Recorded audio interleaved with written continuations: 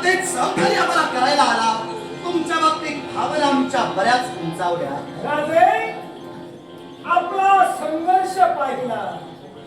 प्रत्येक विनाशी लढत असताना तुमच्या दिशेने आलो. तुम्ही दोन योद्धे एकत्र लढत होता, युद्ध मी थांबविलं. याला सुद्धा कारण आहे. हा एक पशु आहे आणि या पशुला एक पक्षीराज प्रतिकार करणार आहे.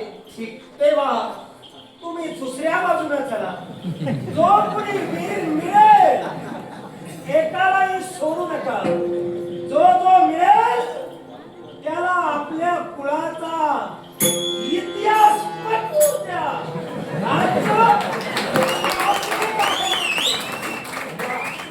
प्रत्येक वीराला माझ्या कुळाचा इतिहास मी पटवून द्यावा.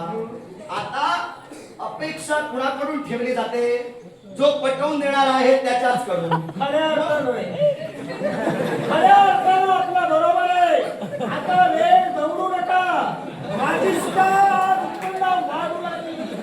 मला सुद्धा प्रतिकार करावा असं वाटू लागलं. मग तुम्ही जे काही बोलला तो माझा इतिहास प्रत्येकाच्या कानावर घालेन, पण तुमचा इतिहास मात्र मांडूनच चला.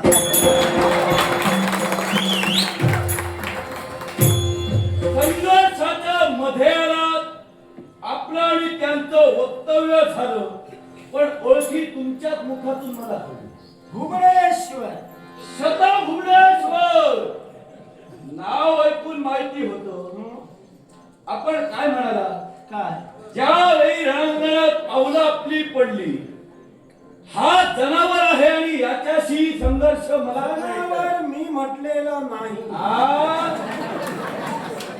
प्रथम श्रवण करत असताना प्रत्येक शब्दाला सत्याची धार ठेवा. कारण राम राज्यात तुम्ही वावरता. आम्ही सत्यच ऐकतो आणि सत्याच मुखातून बोलतो. मग मी जनावर तुम्हाला म्हटले. आपण म्हणालात, आम्ही आमच्या कर्णाने ऐकलंय. मी पशु म्हणालो. पशु म्हणाला. पशु म्हणावं. वानर कुळात माझा जन्म झाला, ही वानर जमात आहे. आम्ही पशु नव्हे, जनावर नव्हे. पण जी व्यक्ती माझ्या नेत्रासमोर आली आहे, नेमके आपण कुणात मोडता ते सांगा.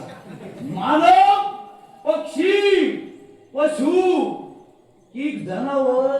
साधारण तुझ्या नेत्राने जागा सोडली की काय? नाही, मला काय? मला सांग, तुला नेमकं काय दिसतंय?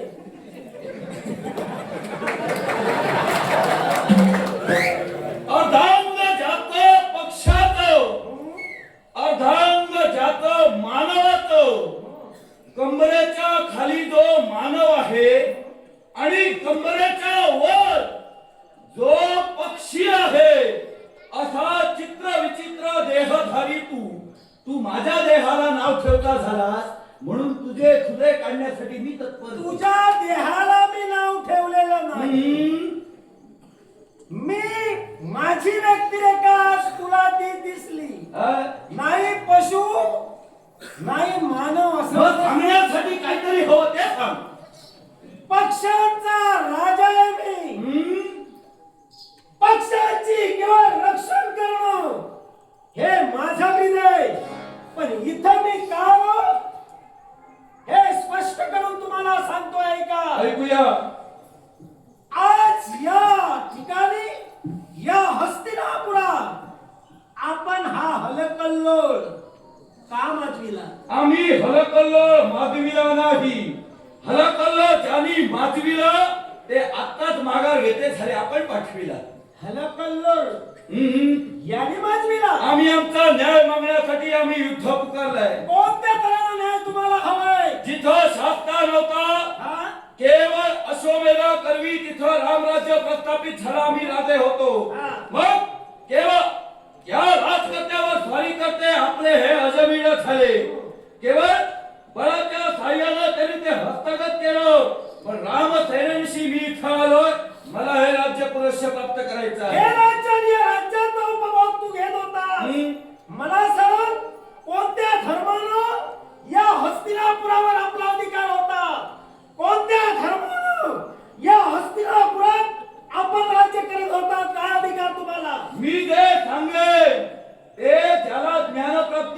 त्याच्यावर संस्कार आहेत त्याला कळेल.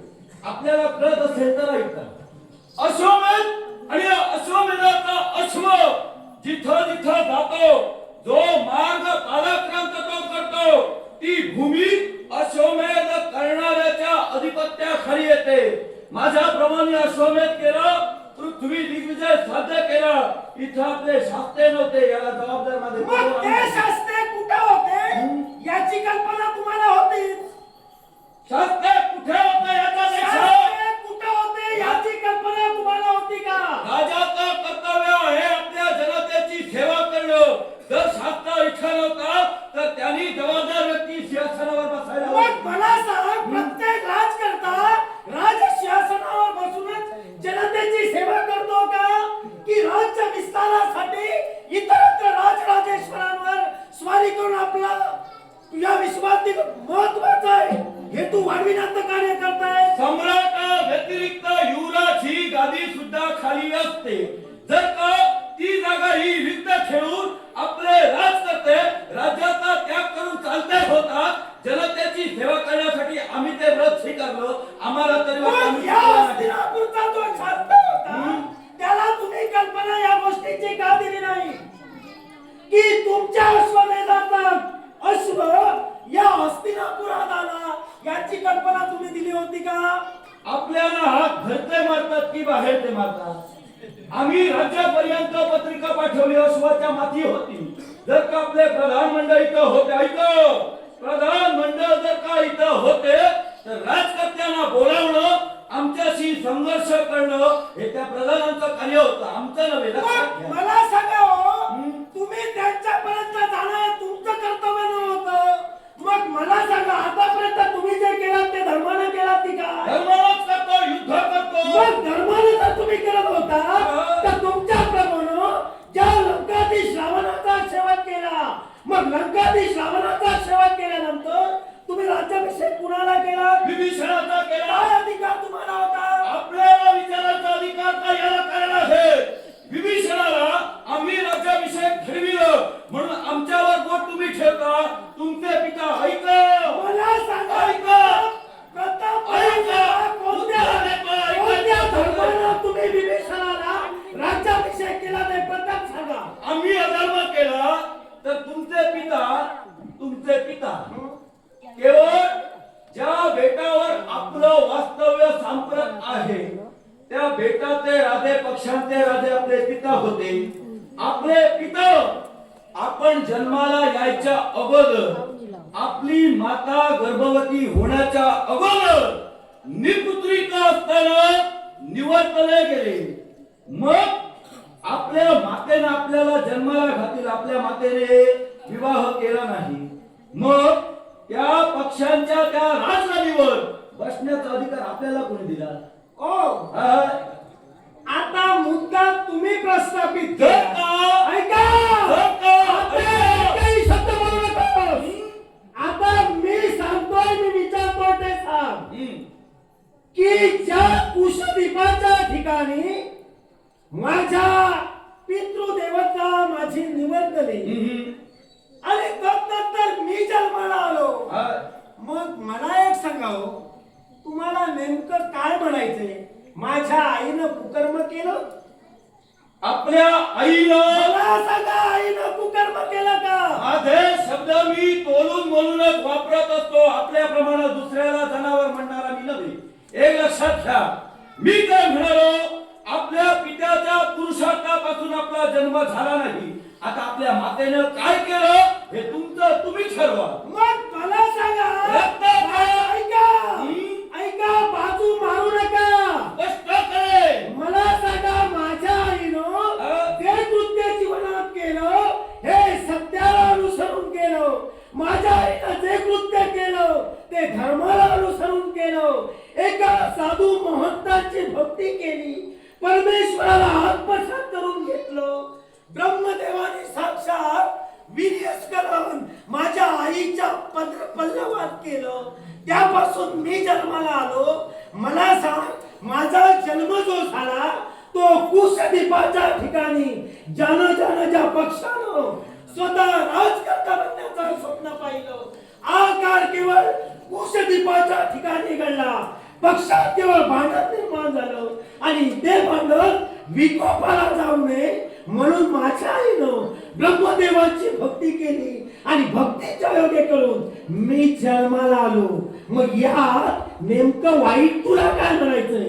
मातेने तुम्हाला सत्य सांगितलं की असत्य सांगितलं? ऐकूया. याला कारण आहे ज्या वीर्यापासून आपला जन्म झाला ते वीरांची आपण म्हणता आहात. यातून मला काय ते आपलं समजलं. आपली माता कुणा तपस्व्याकडे गेली होती. रेतस्खलन कुठून झालं, आपल्या मातानं कुठून ते प्राशन केलं याची आपल्याला तिळ मात्र कल्पना नाही. अशा विधवेच्या पोराशी बोलायची माझी तरी इच्छा नाही. मग जर तुझी इच्छा नसेल तू जाऊ शकतो. राज्य आमचं आहे आणि या हस्तिनापुरात मी काही आगत नाहीये. हस्तिनापूर राज्य तुझं सोमेश्वर राजा राज्य तुमचं म्हणू नकोस. मी माझं म्हणू शकतो. मी आई तुला दिला कोणी? मी इथला आईचा राजा होतो. तुला माझा संबंध नाही. तुला राज्य दिलं कोणी? तुझा राजा कोण होता? तुला राज्य दिलं कुणी? हा? दिलं कुणी? तू बनावट राजा. हा? तुझं हे काम नव्हे. तुझं हे काम नव्हे. प्रभूनं तुझ्यावर कृपा केली समज, पण त्या लायकीचा तू नाहीच. कारण तू जर त्या योग्यतेचा असतास तर या हस्तिनापूरचा शास्त्र आल्यानंतर त्याच्या समोर पराक्रमानं मिळविलं असतं. पाठीला पाय लावून पळून गेला. लाज वाटायला लागली तुला. निर्लज्ज तू. मी पाठीला पाठ लावून गेलो याच्यातला तो अर्थ नव्हे. पुनश्च परत आलो याला हा, पडलो तरी मी उभा आहे. हा. असे तुझ्यासारखे सोमी, तुझ्यासारखे ढोकी अविश्वास आहे. अशाला या हस्तिनापूरचा मी कोण हे तुला मी पटवून देणार. आता उद्यावर मी करू जातो आई. राजे सोमेश्वर आणि सोमेश्वर राजकर्त्यांपासून या हस्तिनापूरची स्थापना झाली आणि या हस्तिनापुरासाठी हा केवळ शतकोपरेश्वर या राज्यासाठी सहकार्य करतोय. राजा मिळविण्यापेक्षा पदापेक्षा अस्तित्व महत्वाचे. पद असून कार्य केल्यानंतर त्याला काही अर्थ नाही. पद नसताना जो कार्य करतो तो खरा लक्षात ठेव. मी या हस्तिनापूरचा शास्त्र आहे. मला तू शिकू नकोस. तू फक्त चाकरी करू शकतो. तो अजून काही करू शकत नाही. तू आधी आहे. मालक केव्हा? दुसऱ्यानं टाकलेल्या तुकड्यावर जगणारा तू.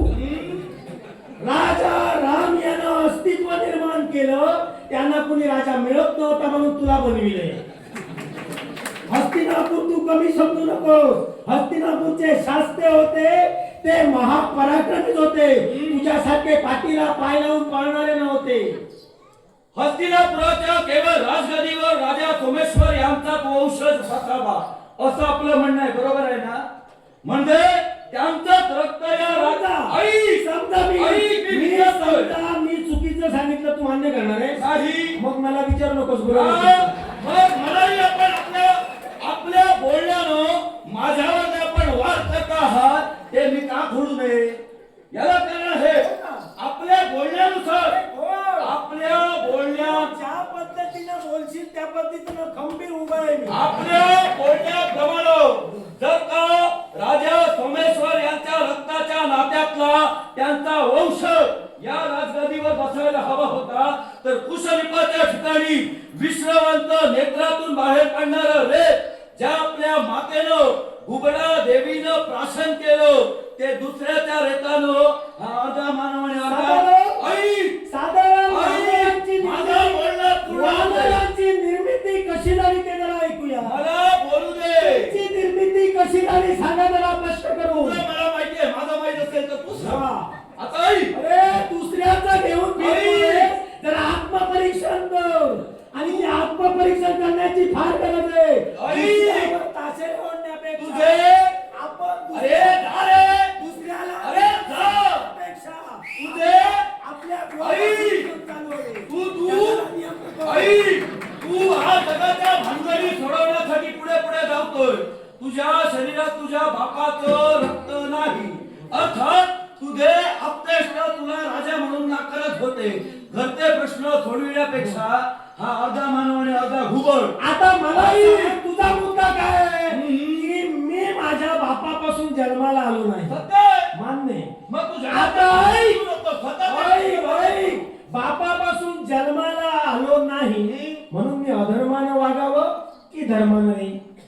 तू अधर्मानं आणि धर्मानं मला सांग, हा? मला सांग, जर का तुम्ही जर मी माझ्या बापापासून जन्माला आलो नाही, हा? मग मी धर्मानं वागावं की अधर्मानं? बापापासून तू जन्माला आला नाहीस म्हणून ते आई सांगितलं, आहे. मला धर्म आणि अधर्म सांग. तू राजकारणावरचे अधिकार स्पष्ट करायला आला होता. मी तुला त्याच शब्दानं उत्तर दिलं. जर का सोमेश्वराच्या रक्ताचा जर का वंश तिथं बसायला हवा, तर केवळ तुझ्या मतेनं तू शरीफाच्या ठिकाणी वारस हवा. म्हणून जी तुझी प्राप्ती केली ती तुझ्या पित्याच्या रक्तापासून झालेली नाही. अर्थात तिथला राजा म्हणून अरे, तुला देखील सांगण्याची गरजच नाही. मी तुला आतापर्यंत सांगितलंच नाही की मी कुशलीपाचा राज करताय, पण मी बनवत नाही. हा? माझ्या हाती सत्ता दिली जेव्हा कुणीच मिळत नव्हतं. विश्वात त्याचा सांभाळ करणं कुणाची हिंमतच होत नव्हती. हा. साऱ्या पक्षांना थांबविण्याची ताकद कुणात नव्हती. तेव्हा जे तुझ्यासारखे अहंकारी पक्षी जन्माला आले, माझ्यासाठी ज्यानं दुसऱ्यावर आयत्या पिठावर रेगोटे ओढण्याचा प्रयत्न ज्यानं केला, हा? कुशदीपाचे राजे बनायला बघत होते, ज्यांची योग्यता सुद्धा नव्हती. ठरविणारा तू कोण? त्यांनी ठरविलं, मी नाही. मी नव्हे, त्यांनी ठरविलं. हा? आणि तेव्हा माझी निर्मिती केली का, तर त्याचं रक्षण व्हावं. आता मला सांग, काय ते? रक्षण व्हावं म्हणून माझी निर्मिती केली. आतापर्यंत मी त्याच जागी आहे. तू साधारण किती दिवस हे राज्य चालविलं? तुझी माता या विश्वाच्या ठिकाणी विधवेनं तुझं सांगतोय, मी विचारलेलं सांग. मी किती दिवस आहे याच्यापेक्षा मी या राजगादीवर पुनश्च बसू शकतो हे मी सिद्ध करू शकतो. तू सिद्ध काय करणार आहे? तुझी ती योग्यता नाही, तू जाऊ शकतोस. हा. तुला जोपर्यंत हा शतगोपडेश्वर या केवळ हस्तिनापूरचा रक्षक म्हणून उभा राहिला, याचा अर्थ तू स्वप्न पाहू नकोस. ही स्वप्न बंद कर आणि तू जा. विधवेच्या पोरा, तू बनावट लागला. तू आधी स्वतःचा सिद्धांत सिद्ध कर. माझ्या अस्तित्वावर जाऊ नकोस. माझी कुवत होती म्हणून जनतेला राजा म्हणून मला मान्य केलं. अर्थात यावेळी तुला राजा कुणाचा बनविला? जनतेचा बनविला. मानवाचा. मी माझ्या पक्षांचाच आहे. मी पक्ष सोडला नाही. मी माझ्या देशात आहे. मी माझ्या पक्षांबरोबर आहे. तू कुठे देश हो? अरे, मानव तुला ठेवती.